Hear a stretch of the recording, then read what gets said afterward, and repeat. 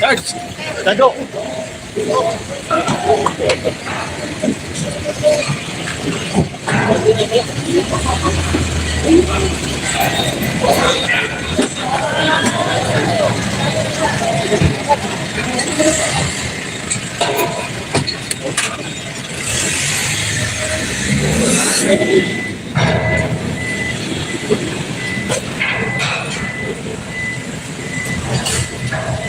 $100.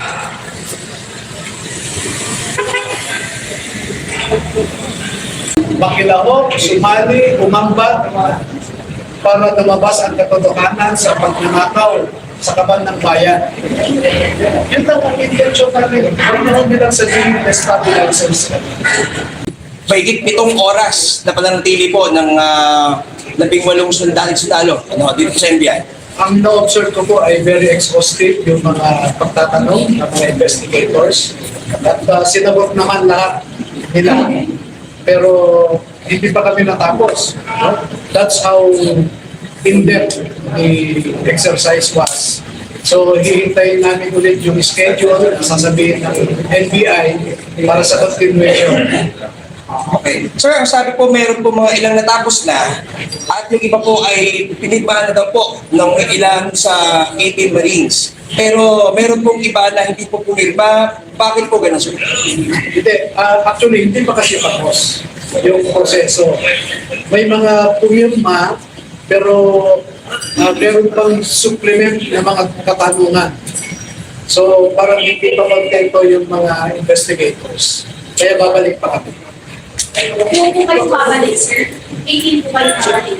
Oo, hindi pa nila masabi kung kailan. So, hihintayin lang po namin yung sabihin nila. At hindi bali lahat ng naging walo sumalang sa one-on-one interview, bali na kailangan lang sasagot yung NBI, kapatawag nila tama. Hindi naman nakulangan yung sagot, pero hindi pa tapos yung pagtatanong nila. That's sure lahat ng itin sumalang. Yes. Sabay-sabay po sila. Iba-ibang opisina, iba-ibang kwarto. I-isolate ang bawat isa. So ano yung initial assessment ng NBI na mga identification card pa lang kung meron tayo or ilang pictures mo? Kasi sabi mo rin wala kasi sa ating dito sa Philippines, so mahirap tayo gumawa ng certificate of employment. So okay lang ba sa kanila yun na ano yung initial na action? Yun yung isang hurdle namin dahil yung contract, certificate of employment, mahirap makakuha dahil wala rin si Santiago. So yung ID naman nila, ay pinag-fiscate noong na-terminate sila last December 30, yung iba January 18. Pero may mga ipinakita kami ibang mga pruweba na empleyado talaga sila ni Saldico. Halimbawa, yung mga kontrato, kasama nila si Saldico, may mga resibo, napagbili nila ng mga paleta, nakapangalan kay Saldico, mga ganun po, no? Iba-ibang. Kaya mahaba po yung naging proseso dahil hinihimay-himay ng mga investigators yung iba't ibang mga issue. For you, sir, was it too much? Yung you mentioned it was exhaustive? Okay lang po. Kaya nga, masaya kami na meron pagsusunod na mga araw na ipagpapatuloy ito. Gaya ng sabi naman namin noon, kaya naman lumabas ito dahil gusto nating ilabas ang katotohanan. Sa inyo pong sipat po, attorney, ano po yung na-achieve po nung 18 dating sundalo sa kanilang pagsalang sa pagkatulong sa NBI? Ano po yung na-achieve po nila ngayong araw? Well, hindi pa natin masabi kung anong ma-achieve, no? Kasi it's up to the investigators up to what extent they want to examine the credibility of these witnesses. So siguro pag natapos na yung exercise, malalaman po natin kasi isusumitin nila sa ombudsman.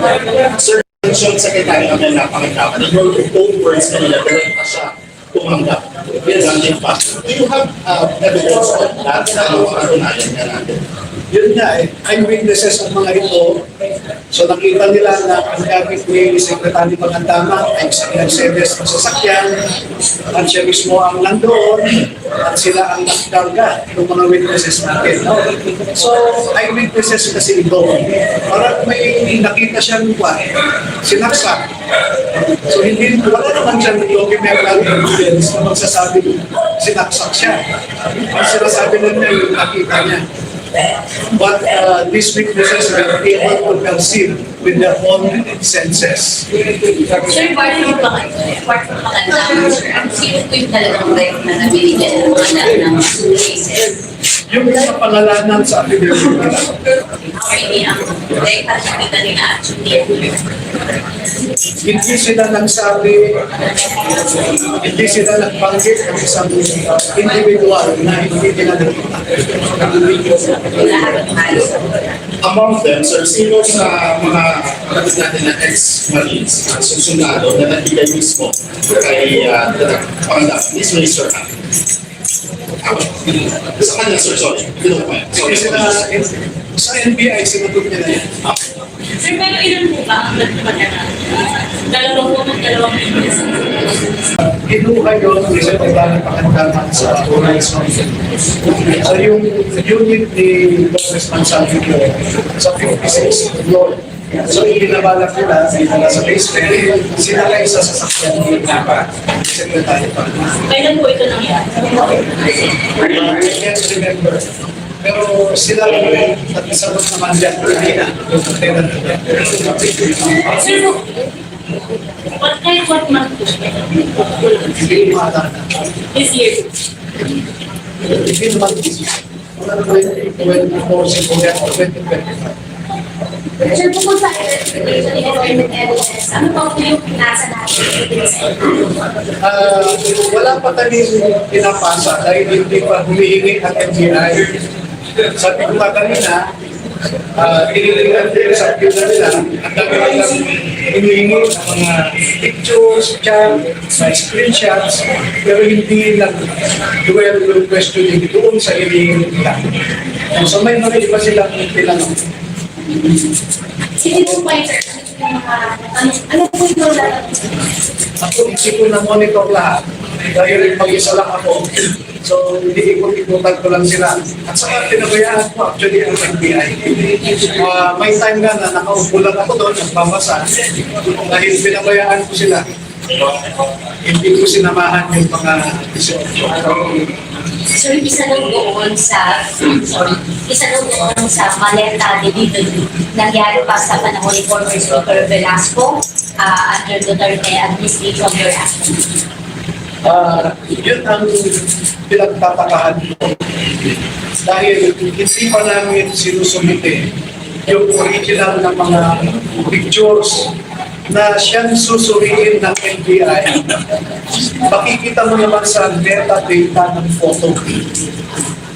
At sigurado ako yung binabanggit nila, hindi nangyari yung type ni Duterte.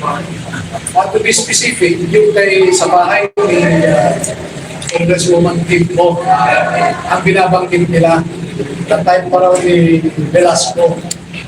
Eh, ang source kasi ng ombudsman dyan, if I'm not mistaken, si Congressman Pido Garvin. Okay, kaya nagsabi. Si Pido Garvin naman, sarili ang kwento ni Kim Mo. Pero makikita naman nila sa picture later. Na ang picture, I think, if I remember correctly, September 17, 2022. At picture. So, pero it's too important to say this. Kasi hindi pa nila sinusunod yung picture. Okay. So, salamat po. Okay, doon na kami. Ako, masakit na ulo ko. Kasi hindi pa kami kumakain ng lunch. Honestly. Sir, nasa lang, previously at the NBI, you posted something on Facebook na people are nagka-paralyzed doon sa investigation, kung tama yung guys sa analyzers. Ano po yung pinag-usapan niyo, sir? May inalaman po ba doon sa investigation? In fairness sa mga investigators, okay naman sila, no? Pero I received information from the higher house na ay personally tatargetin nila as an active member of a group plotting to destabilize this government, which I find very funny at the very least. Pero yun ang purpose nila, na they will